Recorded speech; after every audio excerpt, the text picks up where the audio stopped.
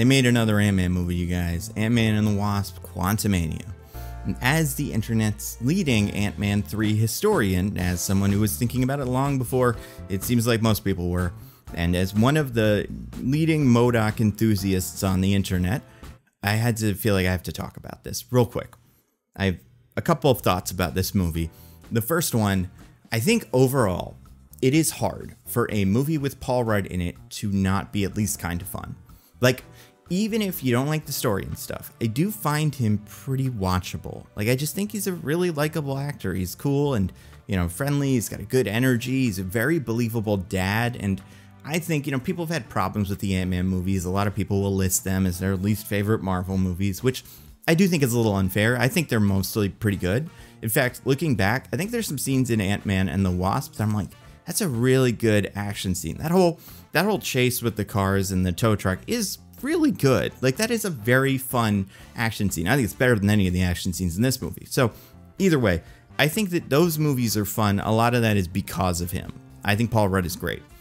And I think he's good in this movie. Like, I think he's able to sell both the sweet dad stuff, but also like the concerned Avenger stuff. I think he has a lot of range. And everybody is doing pretty good work here. Like, I think Michelle Pfeiffer is doing something very interesting with this role. I did kind of wish we get to hang out with her in a situation that isn't so dire. Like, she's always there for either, you know, this really serious quantum realm stuff, but like, besides that one scene where they're eating pizza, I do wish we got a little bit more time just with her. Just like, what's she like? What does she do? But I think that what Michelle Pfeiffer was doing in this movie worked for me. I liked all of the flashbacks, and I just thought she was very good. I think Michael Douglas as Hank Pym, the original Ant-Man, I've never felt a real strong connection to that character and that actor in these movies. That being said, I really liked him in this. I thought he was very likable. I think they it's almost like they sanded off some of the edges with him, not because it wouldn't work, but just because it's not really necessary. Like, that character has warmed up to, you know, Scott Lang and Cassie and just the idea of being superheroes, all that stuff, in a way that I think is interesting. And yeah, there were some lines that he had that were really fun. I like all the ant stuff that he does in this movie. We'll talk about Jonathan Majors at the end. I think Katherine Newton as Cassie was good. I still think it's bizarre that they replaced the one from Endgame, but like, as far as just judging Katherine Newton on this performance, fine. Like, she works. And I think that Evangeline Lilly as Wasp is okay. I don't want to completely blame her, although this is also kind of the Shuri problem where the actor just is very political in a way that I do not enjoy. And I understand people were saying you got to be able to disconnect the two. I do think it's a little more difficult with Shuri because that character is just supposed to be the smartest person in the Marvel universe, and she starts that movie, you know, moving around DNA and stuff like that. So yeah, I do think those connections are more, you know, kind of tight than Evangeline Lilly's, where, you know, that's the problem with Wasp. I just don't know anything about this character. Like, it's crazy to me that 3 movies in, I still don't know what she likes to do besides Wasp stuff. Like, I feel like with Ant-Man, one of the things that they've done really well with him, and they do this with all of them, is just give him a hobby or something. Close-up magic, drums, like, he just, besides being a family man, it seems like this character, between movies, does stuff. Whereas it seems like Wasp, between movies, sits in a room quietly and waits for the next movie. And I don't think that's Evangeline Lilly's fault, but I just think that character is relatively shallow in terms of, like, what I would expect from her. So, you know, as far as the performance is concerned, it's fine. She's very, like, I would say, with all these people that I just named, she is the least important in this movie. She does not do that much, and again, I'm fine with it because I'm not a humongous fan of Evangeline Lilly. It's a shame that a Wasp is not a bigger factor in this universe, because, like, for people that know, like, the Wasp named the Avengers, she was an original Avenger, so it is weird that we just, you know, we've got everybody else, and then there's a Wasp who is there, but isn't that important. I think most of the supporting characters were fine. I don't think any of them were, like, necessary, and it's like, you know, what's necessary, but, like, you know, William Jackson Harper, who is not Reed Richards, so cool, but even, like, as Quaz, who is going to be Quasar later, I don't know what the deal is with that, or if that's just a coincidence, but, like, characters like him, like, he was fine, And, you know, the goo guy was fine. Bill Murray was fine. None of them felt like huge standouts. None of them were at that level that like Jeff Goldblum was like in Thor Ragnarok, where like it was a small part that he came in, stole the show, and left. But beyond that, I think they were all okay. I think the designs of the creatures in general was pretty bold, and like I guess I liked that like each of these creatures and their buildings and their like vehicles and stuff all felt like they were from a different thing. Like it did not feel like a copy and paste. Like, and sometimes these feel like that. That probably was to highlight the difference between the rebels and Kang, who had a bunch of faceless soldiers. But just in general, the way those characters were designed, I think worked. And I think like the guy with the big light on his head, like cool design. The little cantina, cool. The sets, there were maybe 2 of them. It seems like there were maybe 3 locations this entire movie took place in, that in the quantum realm. Like it was like the camp, those 2 rooms in Kang's place, and then the cantina, and they were all fine. I like the sets. I think that's it. Those are my nice things. I had 2 humongous problems with this movie. Well, yeah, that maybe isn't fair. I had 1 humongous problem with this movie and 1 kind of personal one. The humongous problem is I don't want to. I'm definitely don't want to put this on a specific member of the crew. It seems like a design decision that was made pretty high up. I think the quantum realm is an awful setting for this movie. I think it looks really bad, like, and not in the sense that it's not fully realized, or you know, it doesn't have like it. There are lots of cool shots where a lot of cool stuff is going on, but man, I don't know whose idea it was to take a character whose costume is red and black, and a character whose costume is purple and black, and a character whose costume is yellow and black, and put them in a setting that is mostly purple and red and black. Like, so many of the action scenes, they barely stand out. And like, it's just so muddy and dark. And like, I know this is not the same thing as the Patrick Willems, you know, why the Marvel movies look so ugly kind of thing. I think compared to this, I think those do look way more intentionally kind of ugly. Whereas this one just looks like they, you know, kind of didn't think all of this through. I think the lighting was really flat, and I think you could do a version of this that makes just works better. But like, a lot of the compositing and lighting didn't work for me. I just really don't like the look of it. I cannot believe that Hank and Hope and Janet went to the quantum realm and were given brown and red like cloaks to wear, as if they didn't already blend into the background. And if you don't believe me, here's a very, very, very, very, very short bit of a scene. I want to show it to you if you haven't seen the movie. But it is a good example of like, God, what are they doing with these colors? And like, I was watching it in a fine theater. I had a fine seat, and there were so many things that I'm like, I should be able to see more of this. And like, it really makes me appreciate Doctor Strange, and Love and Thunder also well shot, clear action scenes that, just felt more deliberate. Some of this did feel volumey, which isn't a problem in that it doesn't like look real, because it's like, it's not the same problem as green screen, but it does lead to these weird spaces where everything in focus is sharply in focus and everything out of focus is out of focus at kind of the same level. That does feel a little distant. And I think the volume works when it works, and I don't think they're overusing it here. But there also felt like a lot of green screen stuff where like maybe they didn't know what the background was going to look like. So, and I've heard them talk about this, or people talk about this with like Cruella.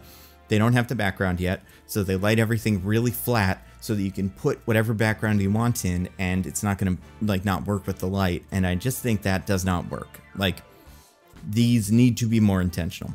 They don't all need to be Avatar. I would love it if they were, but I get it. That's really hard, and that's not what these movies are. But they gotta be better than this. Like, this just, I mean, we've done Guardians. Guardians looked great. Like, most of the action scenes in Guardians were also in darkish areas, and those characters also had dark tones. You know, Drax is like gray, Gamora's green, Groot's brown. Those still were able to stand out in a way that this just was not. And it's a real shame because I think there was some cool stuff here. I think Ant-Man fights are cool. I think the way that he, gets little and big, I like that a lot. So big hang up for me, I did not like the look of this movie. Second big hang up for me. I've seen people say that they like MODOK in this movie, and I don't disagree that what they did was clever. However, and this is just me whining and complaining because, like, look where we are in the movies where we have a MODOK on screen that looks like you'd expect. This is not like a guy with a big head just walking around and you're like, oh, that's supposed to be MODOK. This is like, you cannot look at that character and not go like, oh, that's MODOK. And like, yeah, it's MODOK superior, but like the bald MODOK. But like, that's what MODOK. So the idea that we have that in a big mainstream movie is great. However, I really hope this is not the last we see of that character, because I think the idea of, I also don't think he looked amazing. And I think part of that is because Corey Stoll is just too handsome. And like, I personally, I've always understood MODOK to be like, he's very big, he's very theatrical, and a lot of that is just he has a big face. He plays to the cheap seats. So, everybody can see what he's like. His acting is very loud. He's always yelling, but that's just because he's kind of that kind of guy, right? Like Mandark or whatever Dexter's nemesis was. Like he just yells like that. But also, he has a humongous face, and it's fun. You get to see him emote. So first of all, the fact that they put a little mask on him when he was doing some of the action scenes is like sewing Deadpool's mouth shut. We can't see MODOK's face while he's shooting at people. What's the point? Because he's supposed to be like, like really into it, and weird decision. I'm sure it was for CGI and the easiness, and also hiding that reveal that it was Corey Stoll's character, Darren Cross. But after that, I think maybe don't use the mask at all. But beyond that, if this is the only MODOK we are ever going to get, because he does, spoiler alert, he does not make it through the movie, I'd be really disappointed, because I don't think we got to the spirit of what is fun about MODOK. Characters made fun of his face, sure, but like A, I don't think his face was ugly enough, and B, I don't think he emoted enough. Like, I love MODOK in comics, and I think artists like to draw MODOK because he's just got big, fun expressions, and I don't think, like, there's that one moment where Cassidy gets big and punches him, and it slows down and you can see his mouth like kind of ripple. It should have been the whole thing. This MODOK's face should have been so deliberate. Sometimes it felt very flat, like it had shadow but not definition, which I didn't like. And I just, a lot of his action scenes didn't work for me. Like, they didn't look good because of all the other problems, especially because like his whole thing was he was gold, which if it's a polished fancy gold should stand out, but it was a very like muted gold, so it just reflected more of this brown. And also all of his weapons were just like kind of purple energy, which is okay, but they just kind of look like purple wires and stuff flying around. It didn't, like, I guess it felt like he had like guns and stuff that came out of his chair. Like, the Doomsday chair was very good, but I don't know, it just felt a little generic for MODOK. The silver lining here, we could definitely have another MODOK, because Kang made this MODOK. So maybe it's like a Rick and Morty thing where every Kang makes a MODOK, and one from another universe made the real George Tarleton, and that one will just get dropped off here in the future. But like, I don't think that it was a bad character. I do think he had my favorite jokes in the movie, where he had his, little death scene was very funny. But I do think, as an adaptation goes, I'm not saying it's bad because it wasn't just like the comics. I'm not quite sure that it captured the spirit of the character. I also don't think he got quite enough screen time, which goes to the bigger problem with MODOK, which is like, why is Kang even in this movie? And I understand why they put him in, because they wanted to do Kang. Kang's a big thing now, and like they want to set him up. But like, having Kang be defeated by Ant-Man just makes him feel like such a pushover. And I think you could get most of that done with MODOK. Even the whole like, he comes down to the quantum realm and gets stuck there is a MODOK thing. Like, as Corey Stoll, he just shows up there, and maybe him and Janet, work together, but then he went crazy and started killing everybody. Like, that would make sense to me. But just this idea, like, what did we gain from having Kang? Obviously, Jonathan Majors is great, really fun to watch. But like, imagine if the first Guardians movie, instead of Ronan, they had Thanos, and in the end of the movie, they killed Thanos. Even if that's not the Thanos we're gonna get in the future, or he's not really dead, but just having him get so thoroughly beaten by the Guardians, and it's not a good look for him. Like, if Ant-Man and the Wasp can kill Kang, I know there's a lot more Kangs, but I think Doctor Strange and, you know, Thor can kill the rest of them, especially because this is the Kang that all the other Kangs were afraid of. So, you know, it felt, I'm not going to do one small change. I don't do those anymore. I keep saying I'm going to explain it in a video and I keep forgetting to. But just have MODOK be the villain and have Kang be in the shadows kind of pulling strings and like, where'd you get all this tech, MODOK? And it's like, somebody else gave it to me. Just because Kang's busy doing other stuff, but he's like, I would also like to conquer the quantum realm, and you seem capable, so you give it a try. Because I think more MODOK would have made him more fun, and also just like, if Kang, you know, like, I could see a version of this movie where MODOK does not lose, like, or he loses but he's not killed, and then he goes to Kang and Kang kills him for failing, like a Darth Vader thing. It feels like this set up Kang as a very watchable character, and very cool powers and stuff, but just he doesn't feel like the threat that he would feel like if he had killed Ant-Man or any of them. You know, he could have killed Hank, he could have killed Janet, he could have killed, you know, Hope. But he also doesn't feel like the threat because he lost. And, you know, I get that there's lots and lots and lots of other Kangs, and that's bad, but like, I don't know. I'm not saying I'm not sold on him. I think he is good, and I think he will work in Kang Dynasty and in Loki, which I'm sure we'll get more of him there. But it just does feel like a very strange decision to both introduce MODOK, who could easily be a big player in this movie, and also not have Kang be in the movie and have him lose. Whereas, like, it really does feel like this should be MODOK's movie. And I'm not just saying that as a huge MODOK fan. I'm saying that for someone who wants Kang to be kind of separate from this, wants Kang to be saved for later, and thinks we could have had more fun with MODOK. So again, those are my big gripes with the movie. There's plenty of good stuff. I don't think this is the worst Marvel movie. It's definitely in the bottom half for me. It made me appreciate Ant-Man and the Wasp more. Like, I would rather watch that big fight scene at the end of Ant-Man and the Wasp where they're all in cars and jumping and stuff. Like, I think that was really cool. I'd probably rather watch that than any fight scene in this, just because it takes place in the light of day, and also it just feels different. Like, it feels like that's an Ant-Man fight, where this feels like an Avengers fight. And, yeah. So it's definitely not my favorite Ant-Man movie.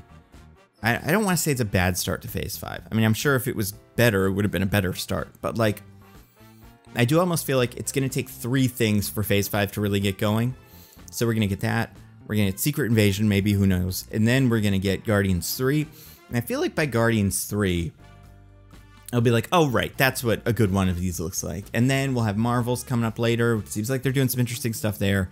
And maybe we'll be back on track. And I do think the Chapek-Iger situation and having Chapek be out, and he apparently was kind of a penny pincher and wanted to probably put out maybe unfinished products, whereas Iger feels he's more focused on quality, just from what I've heard from people, but some people that, like, people that seem to know what they're talking about, and also just people that follow these people's careers.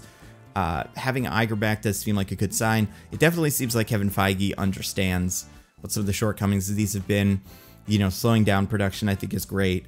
So it's a bummer that the movie's not perfect, but I think any problems with this movie, I do feel like, are more or less isolated. People that say, oh, I'm done with the Marvel Universe because Ant-Man and Wasp Quantumania wasn't good.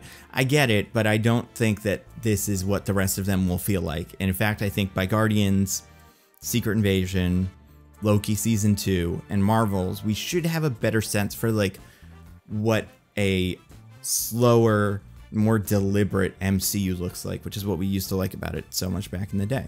So definitely don't think the MCU is dead. I also definitely don't think this movie is very good.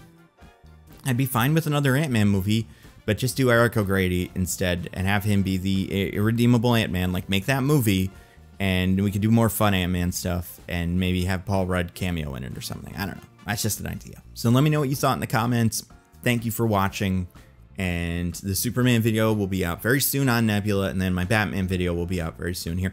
And also, real quick, I don't think we had a bad villain in terms of like the whole status quo thing. I do feel like this movie was very clearly like about a revolution and about changing the status quo in a way that was cool. It is a little weird that like this movie was set in San Francisco and there's problems like with homelessness and, you know, rent is too high, but those are blip problems, even though in real San Francisco we have those problems now all over the United States. But specifically, San Francisco is one of those cities that people just kind of know that about.